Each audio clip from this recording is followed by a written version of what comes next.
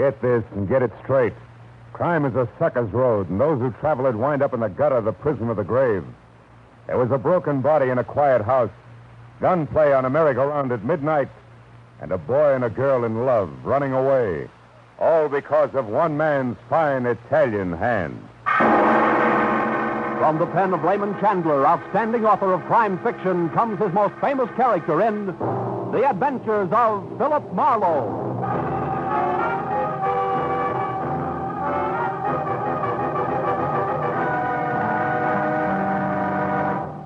Now, with Gerald Moore, starring as Philip Marlowe, we bring you tonight's exciting story, The Fine Italian Hand.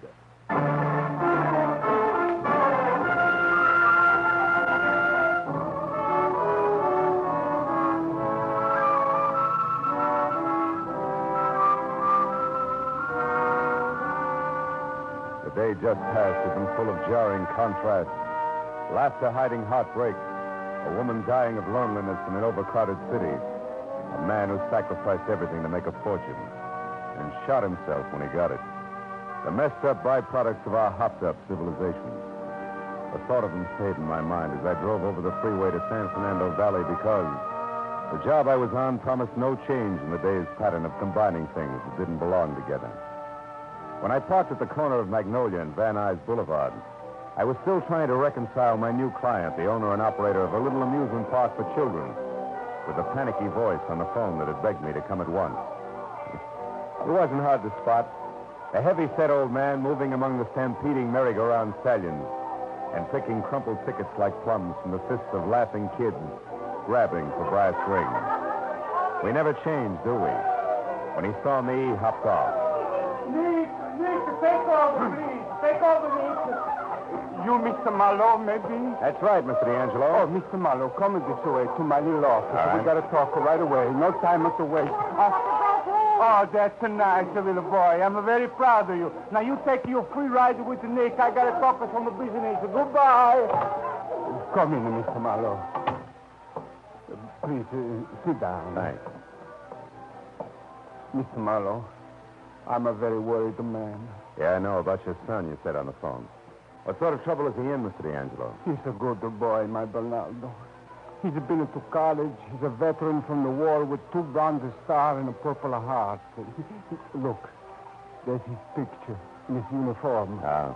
He's a good boy. Sure. Now he's in a jam, is that it? Yeah. He's in a jam with a gambler, man named Safran. You know this man? Yeah, slightly. Frank Saffron's a bad boy. Does your son owe him money or what? No.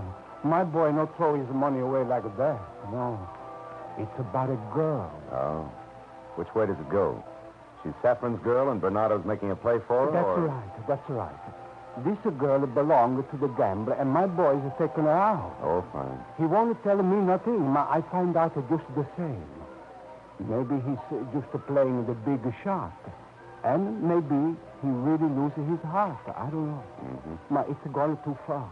Now there's a trouble. My boy's going to be killed or he's going to kill somebody. And I don't know what to do. Well, what makes you think it's gone that far, Mr. D'Angelo?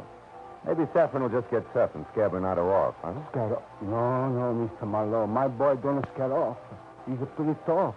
He's a champion with the Golden Glove. Really? Yes. But tonight, that's no help for him. Bernardo come home tonight with his face all beat up. He won't tell his papa nothing. All he says is that the red-faced dog, I'm going to get even, I'm going to kill him. He's just a crazy man. My Bernardo, he won't listen to me. He pushes me away and he go out again. Red face. Doesn't fit Saffron. You sure he was the one who had your son beat up? Oh, sure, of course. Who else? And just because of this dancer, this Paula, I don't even know her last name. Paula, huh? Yeah. What do you think I can do about this, Mr. D'Angelo? Chase Bernardo down and bring him home? No, that's no good. My Bernardo, he's too headstrong. No, Mr. Marlowe, I must find out something. I must find out if this girl is using my boy for a plaything or if she's really in love with him. What difference does that make with Saffron? Well, if this girl really loves my boy, then I'd do anything to bring them together. Anything. Now, if this is only a game she play, then si va così si va. What does that mean, Pop? Oh, that means if it goes that way, that's the way it goes. Uh-huh. And I know what I got to do. So you find out this for me, please. Well, I don't know, Pop. It's not the kind of thing I like. Look, I know asking you to spy on somebody just to find out for me. Easy. I can't talk so good. With you, it's not so hard. I know, Pop, but really... So please. My boys and mama die, and now Bernardo's all I got left. He's a good boy. He should not get into trouble just for a cheaper game of love. Don't you understand me? I understood him all right. And from what I knew of Frank Saffron, he had plenty to worry about with a hot-headed son who didn't know when to quit. Or maybe it was Saffron who didn't know when to quit. That thought, plus the $50 in advance, sold me. Mr. D'Angelo gave me a description of the girl he'd seen, but once told me that Bernardo had moved away from home. He didn't know where. That the park closed at 10 and that he'd be there all night, and that was all. My first step was to locate the dancer named Paula. So outside, I fed nickel through a phone until I called everything from ballet to burlesque, but got no Paula, which left only Frank Saffron's Easy Money Mill. It was a ranch house, California style, tucked under the hills south of Ventura, on a dead end called Sunburst. After I got the nod at the peekaboo window, I wandered through the bar and past the dice tables, the door at back marked private, and went in. A tuxedoed rock pile with a boiled lobster complexion frowned up at me from the telephone as he talked, and waggled a thick, hairy finger. So I took the hint and waited quietly for him to finish. Do the whole thing over again. I don't care if it takes you a week. This joint don't soak up no $5,000 shortages. You guys find it. Goodbye. Well, what's on your mind, Toots? I don't seem to remember you being announced. It isn't a formal call. I'm just looking for an old friend. We don't have any old friends to spare, Toots. That figures. Mine's Paula. She's a dancer. I understand that Mr. Saffron knows her quite well. You might tell me where I can get in touch with her, huh? Oh, so you're a friend of Paula Baker's, huh? Yeah, that's right. From way back. Well, that's all, Toots. You're through. Her name's not Baker. That came right out of thin air. Now, what do you really want? Take it easy, boy. She's just cagey with last names, that's all. She gave us Jones. Who's that? The Duncan department store, credit section. $300 worth. I got this far in her references, and I want to see Mr. Saffron. Well, he's not in. I'll take it up with him later. If it's worth his time, you'll hear from us. Take it easy on yourself, Max. Just tell me where I can find her. Out that door there. You got the whole city to look in. And take your crummy business. Okay. Go on, No use Marlowe. getting pushy. Hey, blushing boy, one thing more.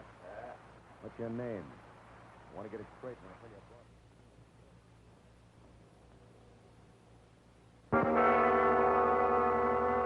But so it wasn't a total loss. I'd managed to keep the back door open long enough to snap off the night latch. And I'd met the red-faced man who no doubt supervised the beating Bernardo had taken earlier. I kicked plenty of noise out of the iron steps going down, and then I crossed the parking lot, leaned back against the wall, and waited. Halfway through, my first cigarette bunker came out, got in his car, and drove away. I watched him out of sight, then slipped back in quietly, located Saffron's 8x12 desk, and started through it. In the top drawer, I found first a letter with the gambler's home address on it. And under that, a picture. One of smiling lovelies posed in front of a dance studio on Wilshire. She wore Paula's description like a snug pair of slacks, and dance instruction was a field in the fine art of hoofing that I'd overlooked completely. I closed the drawer and started out when I heard someone coming. I jammed my cigarette into the ashtray and ducked back against the door frame as the cleaning woman bustled in.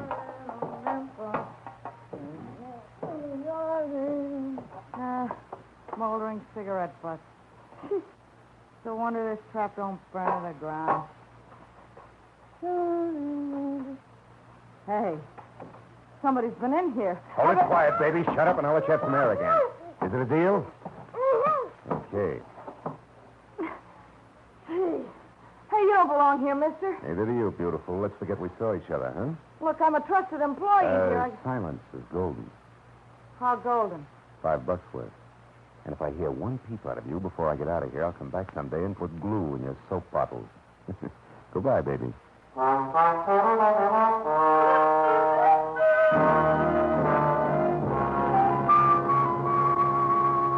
dance studio was pleasantly glossy from its ultra-modernistic facade on Wilshire Boulevard to its far from old-fashioned receptionist inside, who signed me up, expressed sympathy over my rusty rumber, and assured me that since I'd heard so much about her, I could have Paula, that is, Miss Calvin, while on duty as my instructress, if I'd only be so kind as to step this way.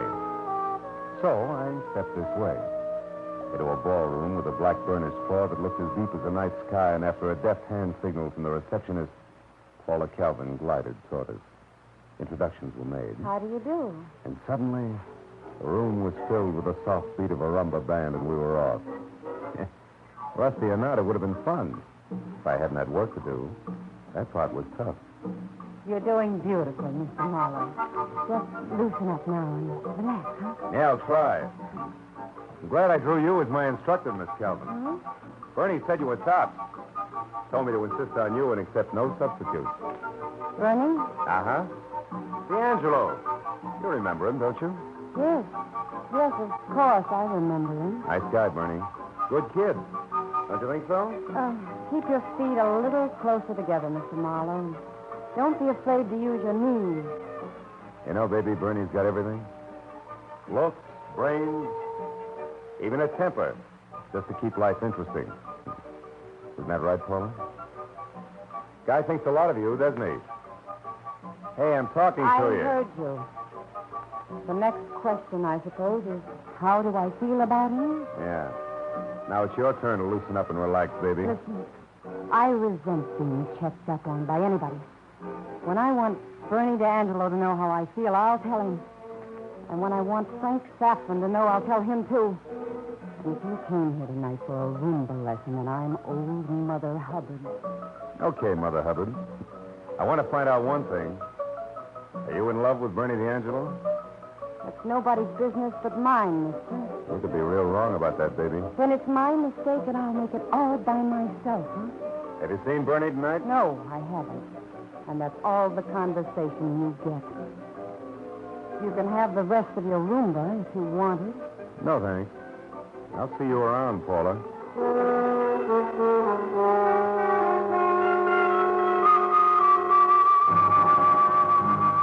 The next best bet for finding what my client wanted was a talk with Saffron.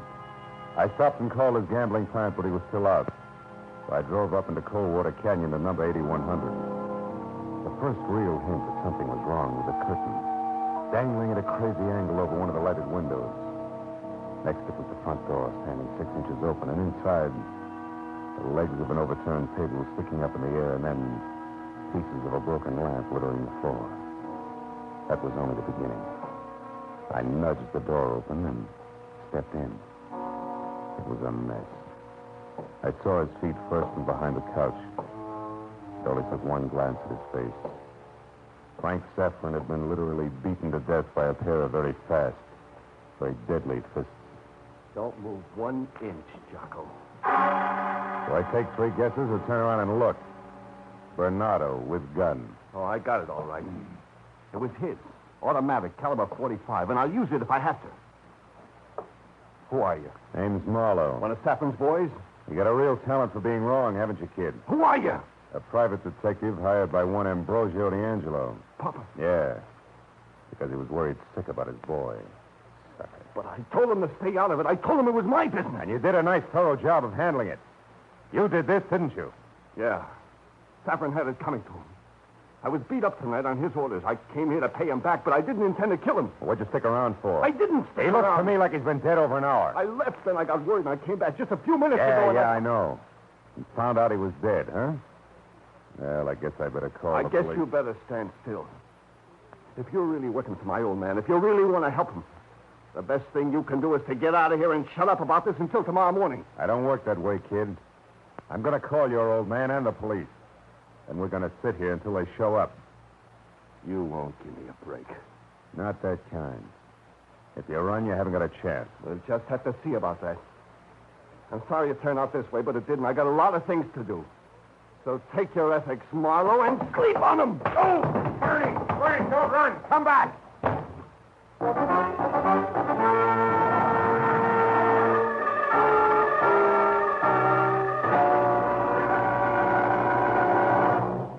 In just a moment, the second act of Philip Marlowe. But first, with thousands of dollars of wonderful prizes, Sing It Again is fun for the whole family to play. Make a date to listen over most of these CBS stations every Saturday night. Now, with our star, Gerald Moore, we return to the second act of Philip Marlowe and tonight's story, The Fine Italian Hand.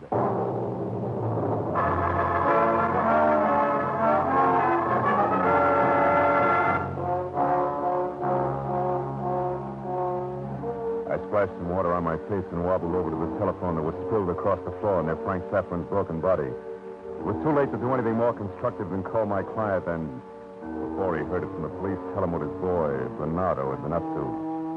The kind of job that had given at least an eye tooth to get out of. So when I dialed his number and got no answer, I was glad. Even though it didn't quite figure that the elder Deanne wouldn't be in. Now there was absolutely nothing to do but call the police or... Get away from that phone. Or pay attention to a man who had just stepped into the room. A man with a red face who also held a gun in hand. Oh, well, the department store, Dick. That's how he gets around. Or is it just that Frank's last name was Jones, too? You're overworking a bum joke. Also, I didn't do this. And who did? And how do you figure in around here and over at the club? Come on, smart guy, let's level. First, who are you? The name? Marlowe. And the trade? Private detective. Hired by who? Come on, let's not pull teeth. Who you working for, Marlowe? Quiet old guy named D'Angelo. Does nothing worse than run a merry-go-round for kids. Mean anything? Quiet old guy. Yeah, that must be the punk's old man, huh? Which means that the kid, Bernie, must have done this, right? Yeah, he did it. But only after he got cut up this afternoon by the late Mr. Saffron here, all representative. That's not me, Rover boy. I never messed in Frank's private life anymore, and I could help. Which means what? But I take Bernie D'Angelo one night to a flat he has over on Lancashire near Moore Park. A flat on Lancashire. What number? I don't know. It's the first house off the corner of Moore Park on the south side. He just moved in. Well, what's the difference, what now? Don't move, Marlowe, or I'll knock you flatter in that handkerchief. What handkerchief? That one by the body. Oh, yeah. With the initials D.A. The apostrophe A is in D'Angelo. That does it. Okay, Buster, put away the house. I'll leave quietly. For where? For a crack at that flat on Lancashire near Moore Park, south side. Why? So that if the kid's still around, I can stop him without calling the cops. And only rattle him into losing his grip altogether. Which would mean lots of firepower and a kid sooner or later dead in the gutter. What's wrong with that? A couple of things. But in particular, what it might do to her. Yeah, I know. To a nice old guy who runs a merry-go-round for kids. Nuts. So long, sucker. The howitzers, Lord. Beat it before I start crying.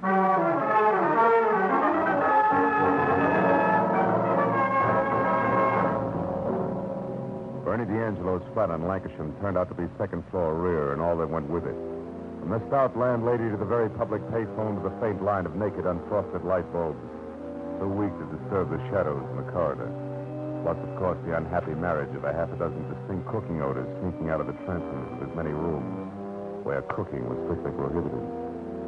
Bernie had room 9 at the end of the L-shaped hall. And when I turned and started for his door, I was glad to see yellow light oozing out of the cracks. And to hear a tinny phonograph making not-so-grand opera. When I knocked, I did it with the barrel of my .38.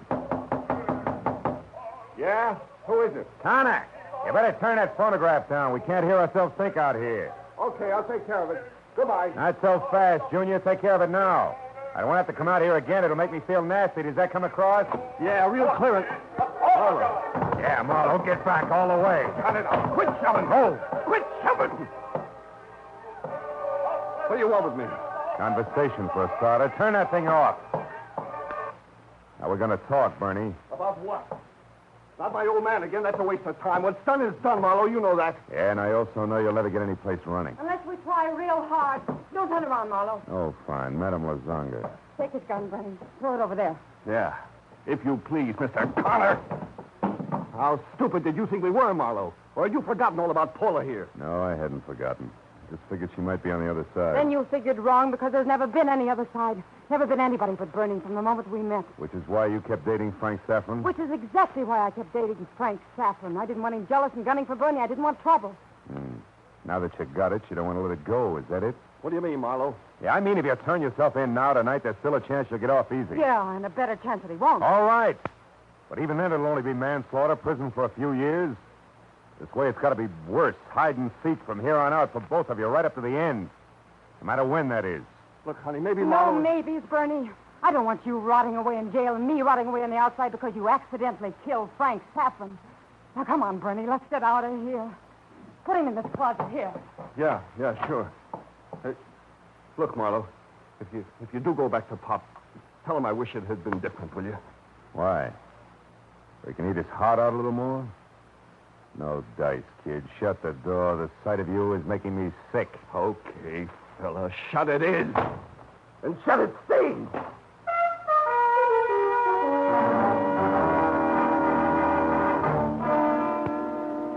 Best had been swinging wild, hoping that a lucky punch, no matter how low, would connect and jar some sense back into the kid. But it had played differently, and as I started to kick the lock on the closet door, I knew now that Bernie D'Angelo resented me and probably his father along with the rest of the world. It wouldn't give him an even break. All in all, it was the kind of thing that made me mad enough to do the trick.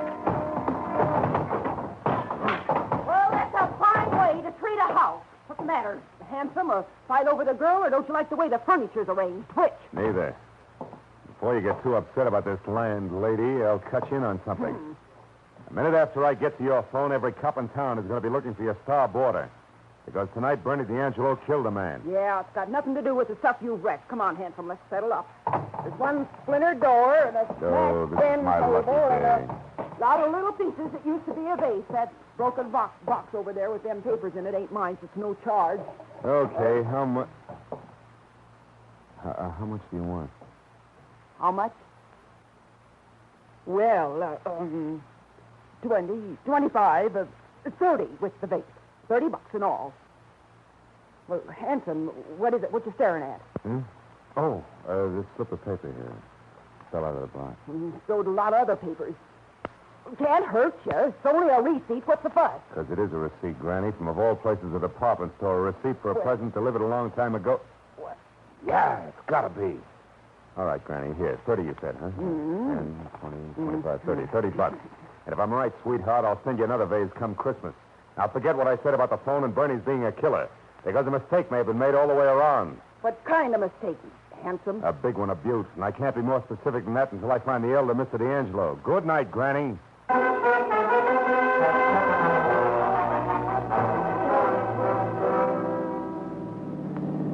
midnight, the San Fernando Valley is always sound asleep. So I covered the 5 miles back to the amusement park in close to as many minutes worrying all the way that either my hunch was wrong and I was heading no place, or that it was right and I was too late to keep murder from happening again.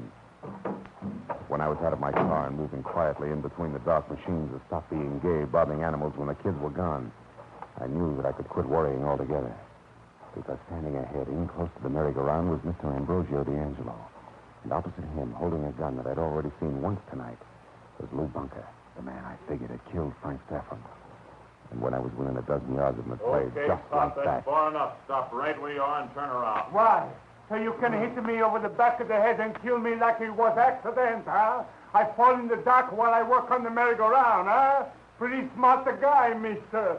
That way, no Ambrosio D'Angelo to testify that you killed Frank Stafford. No, my boy Bernardo. Turn around and quit yapping. Nobody told you to go peeking into windows or to play drop the hanky when you went inside to make sure that I killed Frank Stafford. It was all your own idea. Yeah, and brilliant. Drop it, Bunker. Mr. Marlowe, look out, Mr. Marlowe. You won't get far, Buster, believe me. Mr. Marlowe. Mr. Marlowe, look out. He's hiding over there on the merry-go-round. All right, Pop. Now, I know how to get him out of where we... D'Angelo, get down. Papa, you all right? It's all right. That's okay, Mr. Marlowe. Just a scratch. Don't worry about me. Just to get ready for Bunker, because I'm going to go over there next to the switch. He can't hide no more, Mr. Marlowe. I'm going to start at the merry-go-round and make him join us or run. I go now. Why, you fat old fool! There, Mr. Marlowe, he's around. Stop me. With pleasure. Oh, my leg! Oh, listen up, Marlowe. Not quite, Bunker. You want to make it to a hospital? Fill in the blanks fast. Come on, why did you kill Stafford? Come on. Okay. I dipped into the till at the club and dummied up the books to cover. He was going to find out about it, so I went to his place to get him. Bernie got there first, huh? Yeah. They had a fist fight, and after he left, I went in and... And finish him off with your feet. I see that. I went there, Mr. Marlowe, because I was worried about Bernardo. I had to do something. How did you know that D'Angelo was there, Bunker? Oh, Marlowe, please. Come on, keep talking. Well, I heard a noise when I was inside. So I left and doubled back. He was inside then, but I only knew that it was an old man. I didn't know who he was until later when I came back a second time, when you were there and saw that handkerchief. Hadn't been there before. Then when you talked about the old man here, I figured that D'Angelo initials could fit him as well. Oh, that's my boy, Bernardo. Bernardo, come qui. Over here, Bernardo. By the merry-go-round. Look, Mr. Marlowe. The girl is with him. They didn't run away, did they? No, they didn't run away. That's it, Mr. D'Angelo. Welcome your boy home.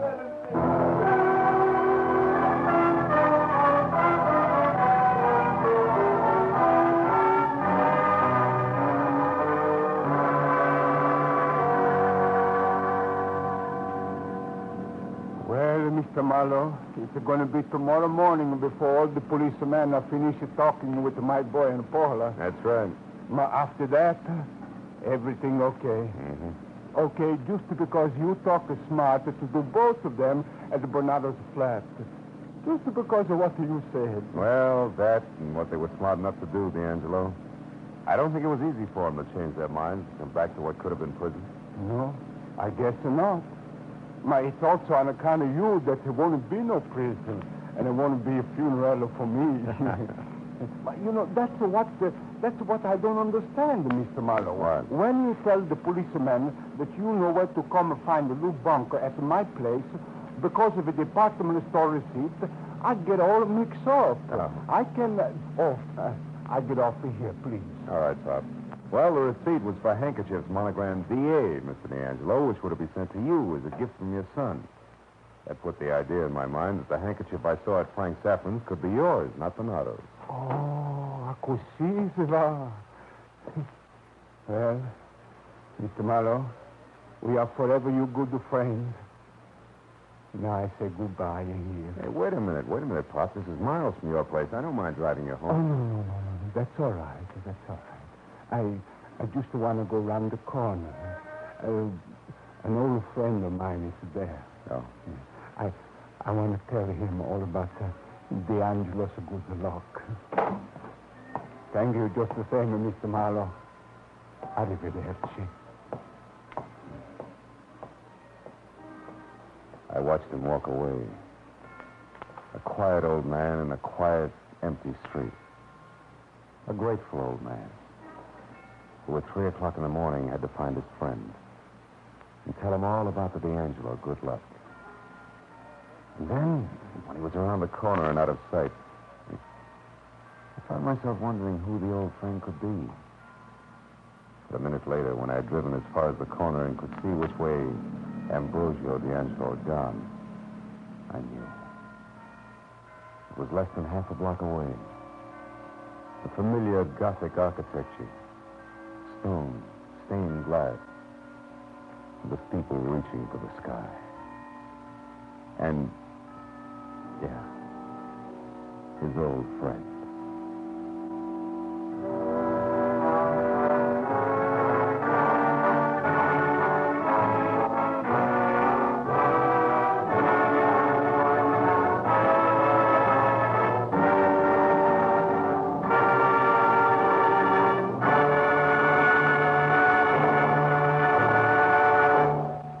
The Adventures of Philip Marlowe, bringing you Raymond Chandler's most famous character, star Gerald Moore, and are produced and directed by Norman McDonald. Script is by Robert Mitchell and Gene Levitt. Featured in the cast were Georgia Ellis, Jay Novello, Paul Dubov, Barney Phillips, Ann Morrison, and Vivi Janis. The special music is composed and conducted by Richard Oron. Be sure and be with us next week when Philip Marlowe says... This time I took a beating from a clever Chinese, ran into a twisted corpse in an alley, and watched death strike on the railroad tracks. All because of an open-toed banjo, which was jinxed from the start.